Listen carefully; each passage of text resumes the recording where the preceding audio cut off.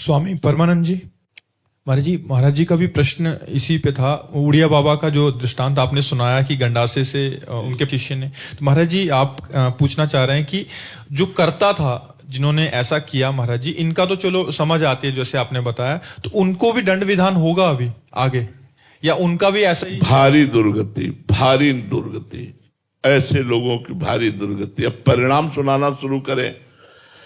आत्मा प्रकाश स्वामी जी को जिन्होंने मारा, स्वामी जी ने नाम नहीं लिया, लेकिन 2-3 महीने बाद वो ऐसे पागल होकर चीख चीख करके कहते थे मैंने स्वामी जी को मारा, मैंने स्वामी जी को मारा। पागल हो गए, मैंने स्वामी जी को मारा।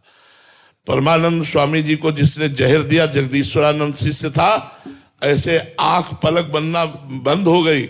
पूरे शरीर में जैसे पानी लगने के बाद मिट्टी सूख जाती तो पपड़ी पड़ जाती है, ऐसे पपड़ी, और जहां उंगली रखो वहां मवाद।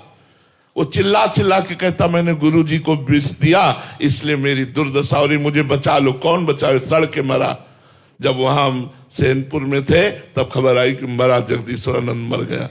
अरे संत का अपराध करने वाला, संत को दुख देने वाला, संत द्रोही, गुरु द्रोही कभी चैन से जी सकता है? अरे उनका विनाश निश्चित, घोर नरकों की प्राप्ति, और पता नहीं कितने कल्प के बाद उनको अवसर मिलेगा उद्धार का। नरकों में भूंजे जाते हैं ऐसे लोग, प्रेत योनि को प्राप्त होते हैं, दुखमय योनियों को प्राप्त होते हैं। संतों को मारना पीटना ये सब। अब आप बताओ, पाल घर में दिन का समय, मान लो संध्या है, सैकड़ों लोग गांव के लोग हो, वो बबर शेर तो नहीं था ना, क्यों खा जाएगा सबको।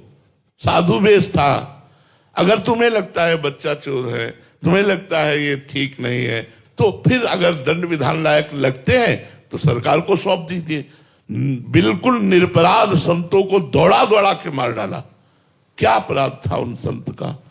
कोई कहते बच्चा चोर है तो तुम मान लोगे? अरे उनको हम कह रहे बैठा लो, पूरी रात उनकी जानकारी करो, जहां से आए हैं वहां से जानकारी करो। ऐसे कैसे मार डाला? दौड़ा दौड़ा के जिंदा मार डाला उनको। ये क्या है? इस विषय पर जाने पर हृदय दुखी हो जाता है। ऐसे संतों को पीड़ा दी गई, क्या भगवान नहीं देख रहे थे? तब यही कहना होता है कि वो स्वयं में लीला करके दिखाते हैं। जा रहे हैं तो उनके चरणों में बाण मार रहा है, बहेलिया बाण मार रहा है। एक परब्रह्म परमात्मा की अंतर ध्यान लीला इस तरह से हो रही जगदीश्वर द्वारिकाधीश की कि उनके दाहिने चरण पर बाण मार रहा है, और भगवान पर। तो ये भगवान की लीला ही है। बकाया हम इतना जरूर कहेंगे कि अगर प्राकृतिक माया के बस संतों से गलती भी बन जाए तो उन्हें क्षमा ही करना चाहिए, उनको दंड नहीं देना चाहिए, उनका तिरस्कार नहीं करना चाहिए, उनका अपमान नहीं करना चाहिए। वो भगवत स्वरूप है। कोई मायाकृत लीला बन भी जाए तो नमस्कार ही करना चाहिए।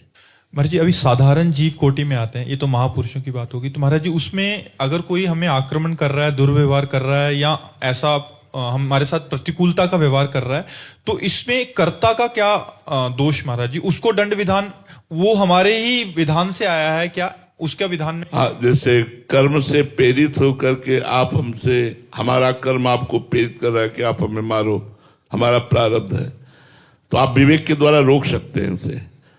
अगर नहीं रोके तो आप क्रियमाण के कर्ता भी बन गए, उसका तो प्रारब्ध भोग हो गया, आपका क्रियमाण बन गया, आपको दुर्गति भोगनी पड़ेगी। विवेक के द्वारा आए हुए वेग को रोका जा सकता है। हमारा प्रारब्ध है कि हम ये करें, तो हम विवेक के द्वारा उसे रोक सकते हैं। प्रारब्ध इतना बलवान नहीं जितना विवेक बलवान है।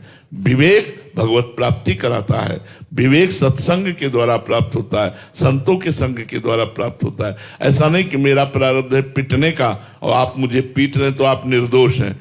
आप हमारे भारतीय कानून में भी दोषी हैं और भागवतिक कानून में भी दोषी हैं। दोनों में दोषी पाए जाएंगे, क्योंकि आप विवेक के द्वारा रोक सकते थे, लेकिन आपने क्रोधावेश में आकर दंड दिया, तो उनका तो प्रारब्ध निपट गया, आपका क्रियमाण बन गया, अब आपको भोगना पड़ेगा।